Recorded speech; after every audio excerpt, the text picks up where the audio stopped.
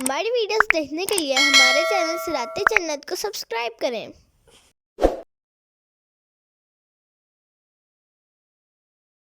تكاد تميز من الغيظ كلما ألقي فيها فوج سألهم خزنتها ألم يأتكم نذير قالوا بلى قد جاءنا نذير فكذبنا وقلنا ما نزل الله من شيء إن أنتم إلا في ضلال كبير وقالوا لو كنا نسمع أو نعقل ما كنا في أصحاب السعير فاعترفوا بذنبهم فسحقا لأصحاب السعير۔ معلوم ہوتا ہے کہ غضب سے پھٹ جائے گی جب کبھی کوئی گروہ اس میں ڈالا جائے گا تو اس کے دروغہ ان سے پوچھیں گے کیا تمہارے پاس کوئی ڈر سنانے والا نہیں آیا تھا؟ وہ کہیں گے کیوں نہیں، بے شک ہمارے پاس ڈر سنانے والے تشریف لائے۔ پھر ہم نے انہیں جھٹلایا اور ہم نے کہا اللہ نے کوئی چیز نہیں اتاری، تم تو بڑی گمراہی میں ہی ہو۔ اور وہ کہیں گے اگر ہم سنتے یا سمجھتے تو دوزخ والوں میں نہ ہوتے۔ تو اب انہوں نے اپنے گناہ کا اقرار کیا تو دوزخیوں کے لیے پھٹکار ہو۔ تفسیر صراط الجنان، یہاں جہنم کا ایک اور وصف بیان کیا گیا کہ جہنم کفار پر غضبناک ہوگی اور یوں لگے گا جیسے غضب کی شدت کی وجہ سے جہنم ابھی پھٹ جائے گی اور اس کے اجزاء ایک دوسرے سے جدا ہو جائیں گے۔ اس سے معلوم ہوا کہ جہنم میں احساس ہے، وہ غضب بھی کرتی ہے بلکہ کلام بھی کرتی ہے، جیسا کہ ایک اور مقام پر ارشاد باری تعالی ہے۔ ترجمہ، جس دن ہم جہنم سے فرمائیں گے کیا تو بھر گئی، وہ عرض کرے گی کیا کچھ اور زیادہ ہے؟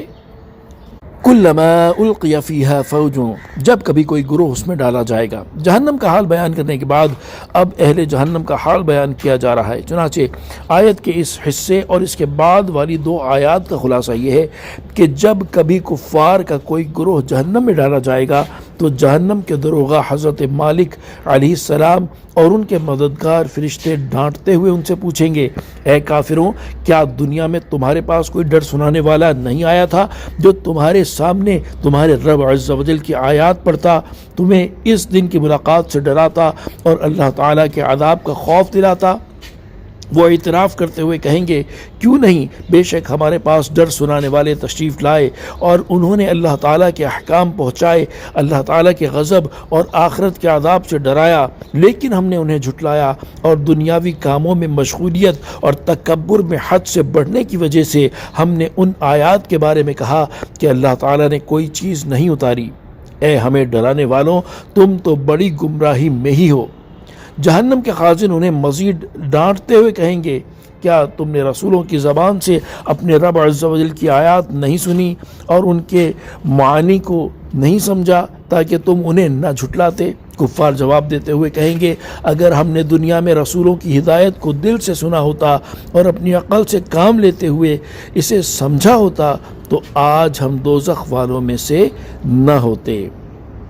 یاد رہے کہ قیامت کے دن ایسا نہیں ہوگا کہ صرف کافروں کو ہی جہنم میں ڈالا جائے گا، بلکہ بعض گناہ گار مسلمان بھی ایسے ہوں گے جنہیں ان کے گناہوں کی سزا دینے کے لیے جہنم میں داخل کیا جائے گا۔ لہذا ہر مسلمان کو چاہیے کہ وہ اپنی عقل سے کام لے اور اللہ تعالیٰ اور اس کے پیارے حبیب صلی اللہ تعالیٰ علیہ وآلہ وسلم کے دیے ہوئے احکامات کے مطابق نیک عمل کرنے اور گناہوں سے بچنے کی کوشش کرے تاکہ قیامت کے دن جہنم کے دردناک عذاب میں مبتلا ہونے اور اس بات پر پچھتانے سے بچ جائے کہ کاش میں نے اللہ تعالیٰ اور اس کے حبیب صلی اللہ تعالیٰ علیہ وآلہ وسلم کے احکامات کے مطابق زندگی گزاری ہوتی تو آج مجھے جہنم میں داخل نہ کیا جاتا۔